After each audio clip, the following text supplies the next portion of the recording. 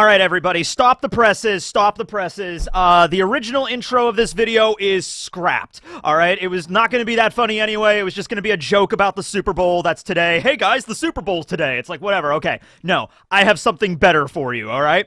So, today's video is about the Pacifistas. Correct? Correct. Okay, I believe, actually, is that what we're talking about? Yes, that is what we're talking about. Okay, now, which is the most deadly Pacifista model of all of them? I want you to comment down below, and you're all wrong. Okay, it doesn't matter. You're all instantly wrong, all right?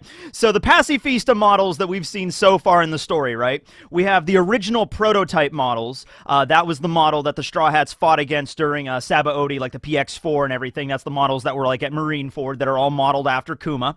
And then we have the next model of Pacifista, which are the Seraphim, which were just introduced in the new story arc of One Piece, right, that are modeled after the Warlords. They have some Lunarian DNA in there. They got the green blood, so artificial devil fruit powers, all that kind of jazz, all right? And then we had just revealed in the last chapter, chapter 1074, spoilers, Pacifista Mark III, that have they boast even more devastatingly powerful lasers and the bubble shield for defense, and they got really cool armor. But none of these even come close to approaching the sheer power of the ultimates in Pacifista technology. Ladies and gentlemen, I present to you Chip. Chip! It's Chip! Not, well, okay, Chip is not his full name. His full name is actually Chico Chip, but I'm just gonna call him Chip. So, if you've never... You might be thinking, like, am I messing with you? Is just some random dude that was cosplaying as a Marine at an anime convention that I just threw up here? No! No! This is an actor in an actual One Piece property, okay? This is Chip from the hit One Piece stage show, Pirate Sweeping Operation 2013.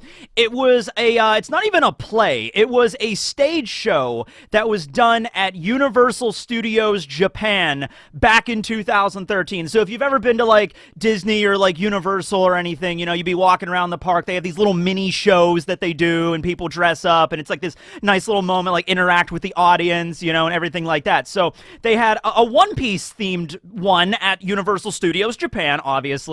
And this dude right here, I don't know this actor's name, but this dude right here played Chip, who is a Pacifista, a new model Pacifista for the Marines that speaks only in English, and that's basically his character.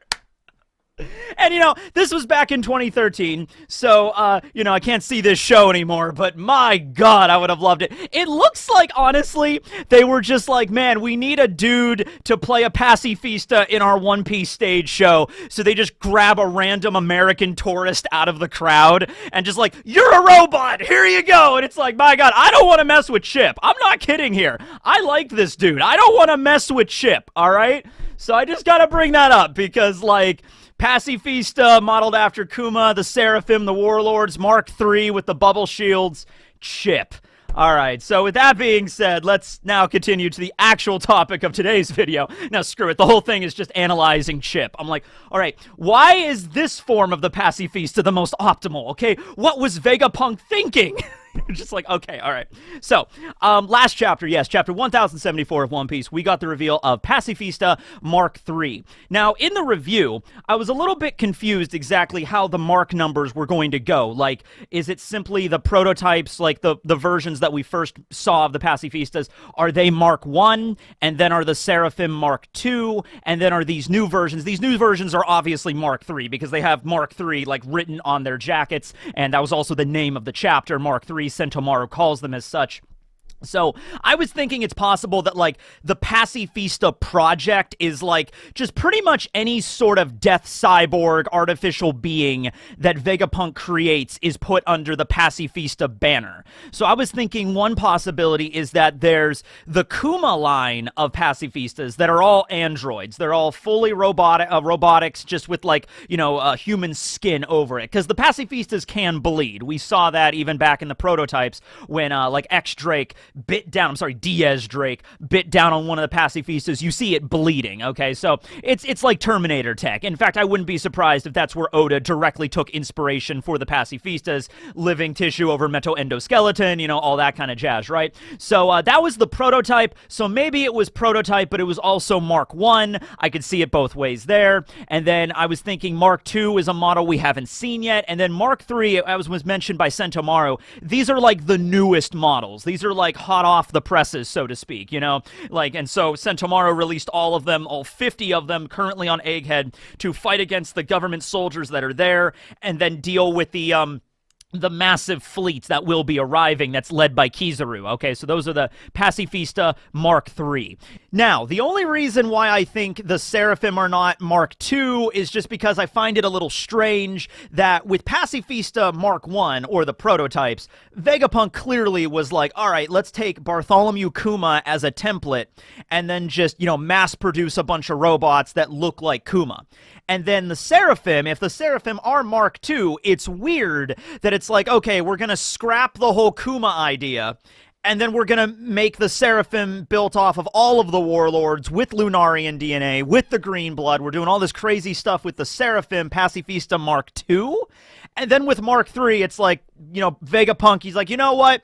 I'm going back to my roots. I'm bringing back the Kuma, you know, protocol or whatever you want to call it, okay? But, you know, it is possible in theory that also, you know, Vegapunk was in the middle of designing Mark IIIs as the Mark IIs, and then the government was like, no, you need to get this Seraphim project online as fast as possible. So then Vegapunk released the Seraphim as like, all right, well, these were supposed to be later, but I'll just call them Mark II because they're the second generation Pacifista, and then he finishes up Mark III, which he has right now. It's crazy how much, like, well, you can see why Vegapunk had to divide himself between 6 bodies at this point, or, you know, yeah, because you see how many, you know, projects he's working on at any given time there, and all the other scientists on the island are doing their own research and are probably helping out with the, you know, the actual construction of these things. But, you know, it's insane now. So we have the Seraphim and we have the Mark III. So whether or not, you know, how the numbers shake down, I just find it like, because the Seraphims, not the Seraphim, the Pacifista Mark I, this is going to get confusing, Pacifista Mark I prototypes that we saw pre-time skip, you know, they were definitely powerful, but that you could see where they could be improved on. You could see them being a prototype, okay? And Sentomaru said as much during, after the time skip when those 2 Pacifistas, I think it was PX 5 and 7, were defeated by Luffy and then Zoro and Sanji respectively during the Return to Sabaody arc. Sentomaru mentions, hey, those were just the, you know, the prototypes from 2 years ago. They've obviously not gotten any stronger, so implying that Vegapunk was working on new models there. I find it that it's possible that Vegapunk could have worked on a Mark II model, which is, you know, just like the regular Kuma design, just built up a little bit better, and then Mark III is the brand spanking new version that has the bubble shield. The bubble shield is a thing that is only for Mark III. Okay, so maybe Mark II had some better AI, had some better armor, they could fire lasers better or something like that, but then Mark III had even more advancements in strength, defense, and also they have the bubble shield, all right? I also would feel remiss if I did not bring up the Shiro Kumas, or the white Kumas that were showcased during the hit One Piece Film Z, where we had Zed that had the Neo Marines. He started up like a splinter cell of the Marines, and he had a different version of the Pacifistas that were wearing a white cloak with the sigil of the Neo Marines on there, and there was like some cool armor, like some kind of like scanner, kind of like scatter technology from like Dragon Ball Z on these Kuma's heads, and they could also fire lasers. But I believe, if memory serves in the movie, Frankie was able to wipe out a bunch of these things with like a single radical beam, if I'm remembering this movie correctly. So I honestly don't think the, even if obviously it's non-canon, it's a movie, but even if you want to input it as canon in the story, I think it could still work. I think Zed pretty much just captured the blueprints for a Pacifista, or maybe the Neo Marines destroyed a Pacifista, brought it back to the lab, and then they just basically reversed engineered their own version of the Pacifista. So it was a prototype. Basically, they took a prototype and then they added a new cosmetic, you know, skin to it or something. You know, it's like purely cosmetic. It doesn't make them technically any stronger or, you know, increase the technology at all. Like they could fire stronger lasers or anything. It's just like they gave them a redesign and put them to work working for the Neo Marines. Okay, and that was pretty much it. So I don't think the Shirokumas, are like, Mark II or something like an advanced form of it. I think it's basically just a captured Pacifista that was modified a little bit. Like, hey, let's take some armor and just fuse it to the head. It doesn't really add anything to the defense. It just looks cool, right? But the Mark IIIs, the Mark IIIs, that's a completely different story, all right? I want to go down the list of all the stuff the Mark IIIs have going for them. Okay, so the first and foremost, everything the Pacifistas have. I don't know about everything the Seraphim have, because the Seraphim obviously have Warlord DNA and the green blood, so Mark IIIs don't have any of that. But all the stuff that the original Pacifistas were capable of, the prototypes, Mark III is of course capable of as well. So that includes firing lasers out of the palms of their hands and their mouths. They also are equipped with the Dom shoes, as well as like better armor. So even if like in the chapter we saw one of the world government agents fire a bazooka at one of these things, and it used the bubble shield to block the bazooka blast, even without that shield, I feel that bazooka would have done nothing to Mark III. It would have just bounced off of it. It might have singed their clothing a little bit. So not only are they built stronger and tougher, this is sounding like a truck commercial, the new Ford Pacifista PX Mark III, it's stronger and tougher and more rugged, So, yeah, I mean, they're built stronger and tougher, but they're also clearly wearing armor, so they have armor on top of that, and the Dom shoes, which I think actually maybe the whole point of Vegapunk developing the Dom shoes was more for the Pacifista Mark III, and they were just using them now, because the whole thing about the Dom shoes is that, you strap them on, and they're basically like levitation shoes. You can also fly with them, but it also kind of like negates any sort of like heavy weight that you have. You know what I mean? So, like, these Pacifistas, these Mark IIIs, they could weigh, like, several tons. Like, one of these Pacifistas Mark III might weigh, like, upwards of, like, the size of, like, that's actually, like, a Ford F-350 or whatever. I don't know. Do they make Ford F-350s? It's America. They definitely make Ford F-350s. I would not be surprised if tonight on the Super Bowl there's a commercial that's, like, now introducing the new Ford 1050. We're just skipping all the triple digit numbers, going to quad digits. 1050, So they weigh a lot. But with the Dom shoes, it kind of like, negates that weight. And so they're able to move super fast and super light. So they got that going for them. More of just a cosmetic choice, but they do have really cool shades.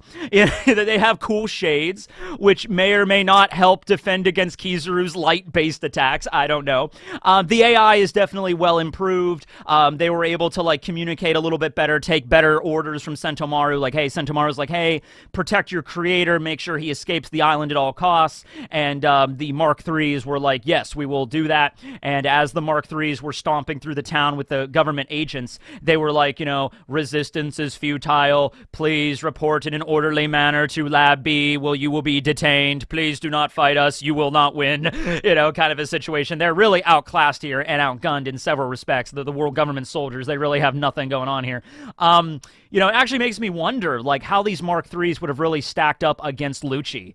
You know what I mean? Because it's like, look, you could say anything about any One Piece character, but you reach a certain number of Pacifistas, like, okay, Lucci in his awakened leopard zone is really strong. How many Mark III Pacifistas could he take down? Because there's no way Lucci in his awakened form is taking down like 10,000 Pacifista Mark IIIs. There's a limit. Could he take down one or two? Absolutely. Could he take down 10,000? No. So there's a middle number here, There's a number where he can no longer take on as many Pacifista Mark IIIs. All right? So, that'd be interesting to see if Lucci and Kaku didn't get knocked out by Stussy, how they would really have contended with these Mark IIIs. But do not worry about the Mark IIIs not being stress tested, because we're, Kizaru's showing up pretty soon, so we'll see that. But we're not even done going through all the stuff they have. So the big thing is the bubble shield. That's the brand new thing that Vegapunk invented, and the world government soldiers said as much. They were like, that's the new, cutting edge technology that Vegapunk just developed for the Pacifistas. This is the bubble shield, all right? And so we see how the bubble shield works, where, a member of the government takes out a big bazooka, launches it at Mark III, and Mark III just kind of like takes his paw, well, not really a paw hand because it's not a paw, but he does the same kind of motion that Kuma usually does and just swoop and then it creates a bubble, and then the explosion hits the bubble and explodes there, blocking any damage from the Pacifista Mark III. All right. Now, a couple of things. In the review, I just immediately assumed this was an adaptation of one of Kuma's abilities. Because the thing is, even with actual Kuma, we haven't seen everything that the Paw fruit is capable of. We saw him using the shockwave techniques like the Urusasa shock and like just attacking people with air cannons and stuff like the pressure cannon. We saw that. And then we saw the ability where he can reject things from intangible matter to tangible matter. I guess it's not matter if it's intangible, but you know what I mean. He can like reject pain and memories, as we saw with Bonnie and everything like that. But I still think there's a lot to the Paw fruit that we have yet to really explore. And so this being another technique that maybe actual Kuma PX0 is capable of using, just making a shield with a paw, you know, just like rejecting anything that comes in contact with it, I could totally see that ability. So there were some people that were like, I don't think that has anything to do with the Paw fruit because it doesn't look like a paw, although the motion is very similar. A lot of people actually compared it to Bartolomeo's barrier fruit. You know, it's like, oh, what if, Vegapunk somehow got his hands on the barrier no mi, or like a blood sample of like Bartolomeo or something. I don't know. So we actually don't know what's up with Bartolomeo. Last time we saw him, he was on that island hawking all that straw hat merchandise, like this very fashionable straw hat rug down here, to all these random people. And it was an island that Shanks controlled. So then Shanks went over apparently to like deal with that situation. So I don't think Bartolomeo, he's not in the same situation like Senor Pink and the other members of the Don Quixote family are, like inside of the Impel Down, like, and so that's where Senor Pink was, and that's where Vegapunk took his hands on his DNA, and that's where the Swim fruit came from on S Shark, Gene-based Seraphim, okay? It doesn't have anything directly to do with Bartolomeo. It's not like they captured Bartolomeo and got a sample of his DNA and made green blood and injected that into the Pacifista Mark III. I don't think it's anything like that. But, Vegapunk could have taken inspiration from the barrier fruit. I mean, it might be very well in the Devil Fruit Encyclopedia that Vegapunk admitted to have access to. So he might have just been looking through the Devil Fruit Encyclopedia and found it like the barrier fruit. And Vegapunk was like, oh, wow, that's a very fascinating ability. The power to reject anything or, bounce anything back. I'll adapt that. But I really don't think it's even that. I really do think this is perfectly in line with Kuma's power. Like, if you want to say Bartholomew Kuma with the Paw fruit has an ability where he can create a shield with the paw, and that rejects anything. I mean, his ability is to reject things already. So I think this makes perfect sense. I think it's just another application of the Niku no Mi, the Paw fruit, that we have just yet to see. The actual Kuma could have done this too. He just never used it during the story, but I think he totally could have, okay? So yeah. There's, of course, a question on how are these things powered. A big running theme throughout Egghead is a power source. Vegapunk could not understand the power source of the Iron Giant that attacked Marija 200 years ago. They're talking about, we're always researching different ways to run our tech and figuring out some way to harness like an eternal flame or like the sun's power in order to run everything. There's discussions about like nuclear energy and stuff in the fan base right now, like Vegapunk's creates nuclear power or a nuclear devil fruit or something. So a big running theme of it is how you're going to power all this stuff. So here are 50 Pacifistas Mark III that are equipped with heavy armor and this bubble shield and all the same lasers. I'm assuming the lasers pack a little bit more of a punch than the regular prototype lasers and probably are stronger than even Frankie's Radical Beam right now.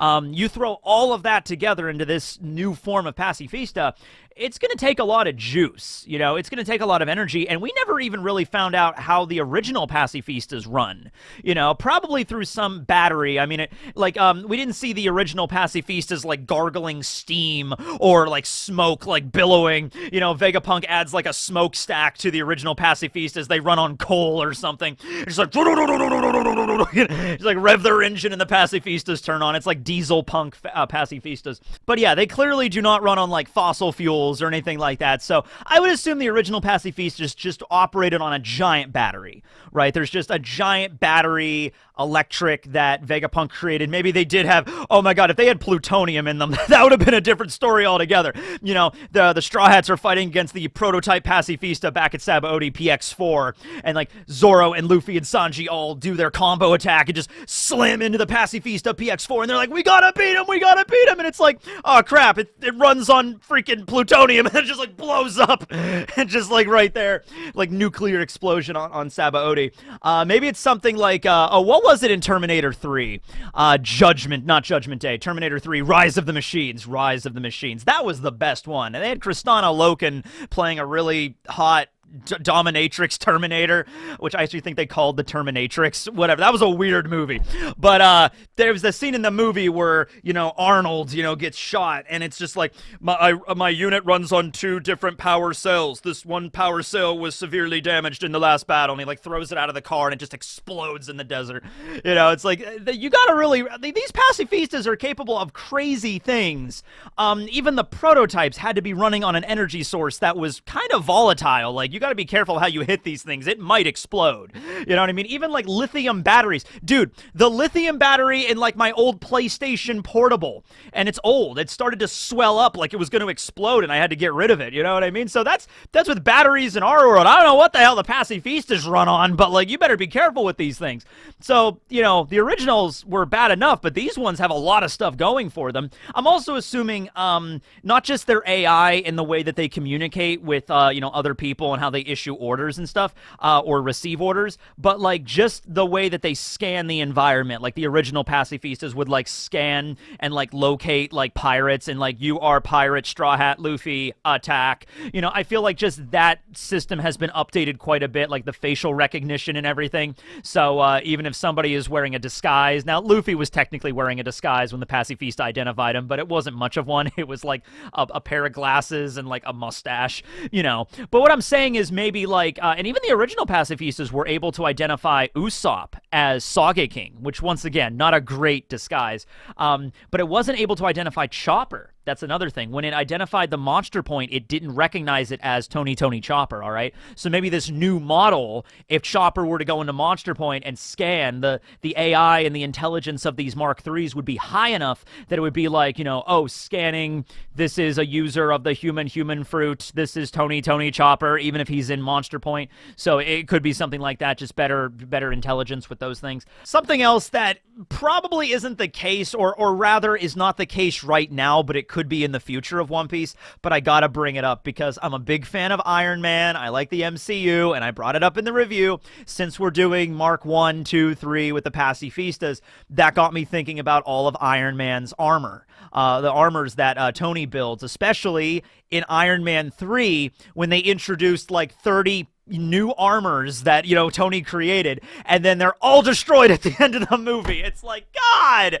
I remember being so hyped up for Iron Man 3, because leading up to Iron Man 3, they had this thing where they were showcasing all the new armor. Like, this is the armor codename Disco, and this is like Star Seeker, and this is Casanova, and this is all these really cool, like, this armor's built for heavy combat. This armor's built for, subspace travel. This armor's to deal with, like, high radiation.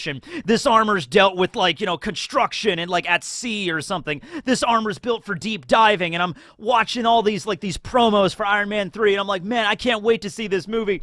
And the movie comes out, and only like 2 or 3 of these new ones even are featured in the final battle, and it's only in the final battle. And then Tony blows them all up at the end to confess his love for Pepper or whatever. And I'm just like, what the come on! Those are so cool!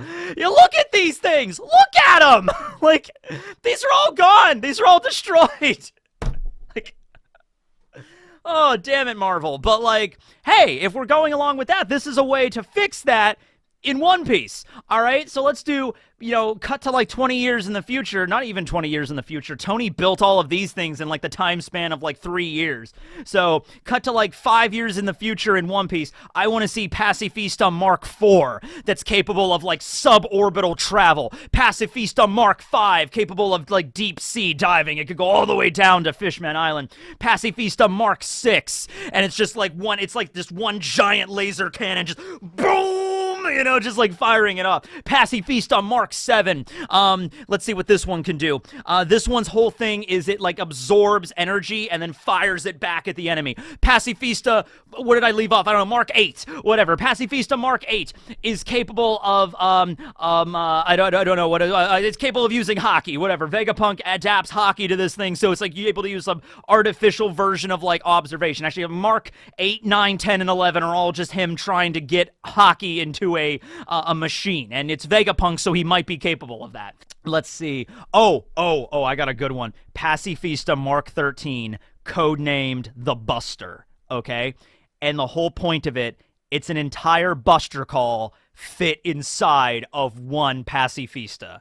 Like, it's that. Pacifista 14. So, like, you know how Tony had the Hulk Buster armor? Well, Pacifista Mark 14 is going to be Kaido Buster armor, where Vegapunk could actually do that. Oh, what if that's Mark 3? Vegapunk was developing, he was messing around with Kaido's DNA a lot. They have samples, and he made the dragon fruit. What if it's like he took some of the DNA from Kaido's dragon powers and just put them in Pacifista Mark 3 as just armor? You know what I mean? So they couldn't turn into dragons, but taking a cue from like the defensive capabilities. Oh my god, that would be a whole other, you know, so the Kaido Buster armor. And it's a Pacifista that's inside of another Pacifista and fights against Kaido, you know? That would actually be... No, honestly, that wouldn't be a bad idea for Vegapunk to research various Yonko and their devil fruits and their abilities and make Pacifistas specifically catered to busting them. You know what I mean? So it's like, okay, analyzing Big Mom and her iron skin and her soul fruit and all the stuff she can do with that. And then my Pacifista Model 15, the divorce, facing off against Big Mom. You know, it's like time to enforce this divorce. You know, and it's like it fights against, it's specifically designed to fight against Big Mom and her soul powers, okay? And then it's Pacifista Model 16 or whatever we're up to that's specifically designed to, like, the Sword Breaker, and it's specifically designed to fight against really powerful swordsmen, you know, to fight against Shanks, to fight against Mihawk, to fight against Vista, you know, and it's a Pacifista that's designed to, like, block swords and break swords, you know how, like, King had the sword breaker kind of thing, like that, but, like, an entire Pacifista modeled after that, okay? Pacifista, let's keep going. Pacifista, I can't remember all the numbers. Pacifista Model 20, let's just skip the 20. Pacifista Model 20, what would that one do? Who's another really strong character in One Piece? The anti-Logia Pacifista, okay? So it's a Pacifista that's designed to deal fight against Logias, okay? So this would be a little tricky, but each Logia sort of has an elemental weakness, like Crocodile's was water, okay? With the case with Eneru, it was rubber. There's some kind of weakness to it, okay? So this Pacifista would just be decked out with all these different elemental gear, like it can shoot water, fire, electricity, and the whole point is like one of these things has to be the natural weakness to a Logia user, okay? So there you go. Pacifista Model 21, the Beast Tamer. You know, Pacifista number 22, Jurassic Park, fights against Ancient Zone specifically. See, these are so cool! This is so awesome! So anyway, I'm just going off in headcanon land at this point, just designing new Pacifista models. But I like that. I like that idea, you know what I mean? Okay, so anyway, thanks for watching the video. We're not done yet. We still have RHINO facts, but thank you for watching this portion of the video. Let me know down below on what are some cool concepts for Pacifistas. Now we're going to RHINO facts. Oh, yeah.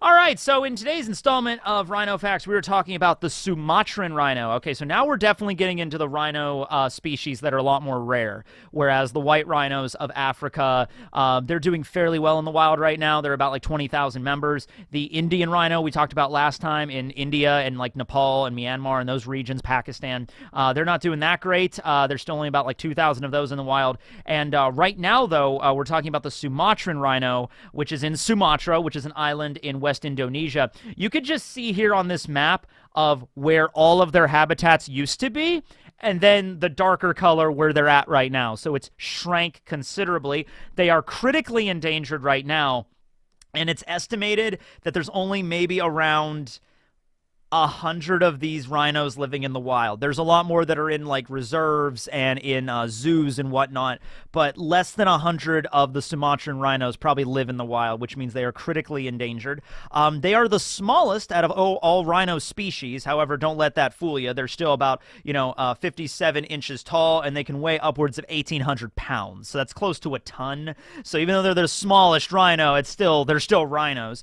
They can live up to 30 to 45 years in the wild, where they are able to thrive in the wild. And, they don't really have as big of a horn as all the other species, but once again, that doesn't stop poachers, and for that reason, poaching is one of the huge reasons why, like, poaching is the main reason most rhinos aren't doing that great in the wild right now. That's not even a thing for a specific, no. I mean, there's other reasons. There's, like, logging and stuff that happens, but it's mostly poaching. It all just goes back to poaching, right?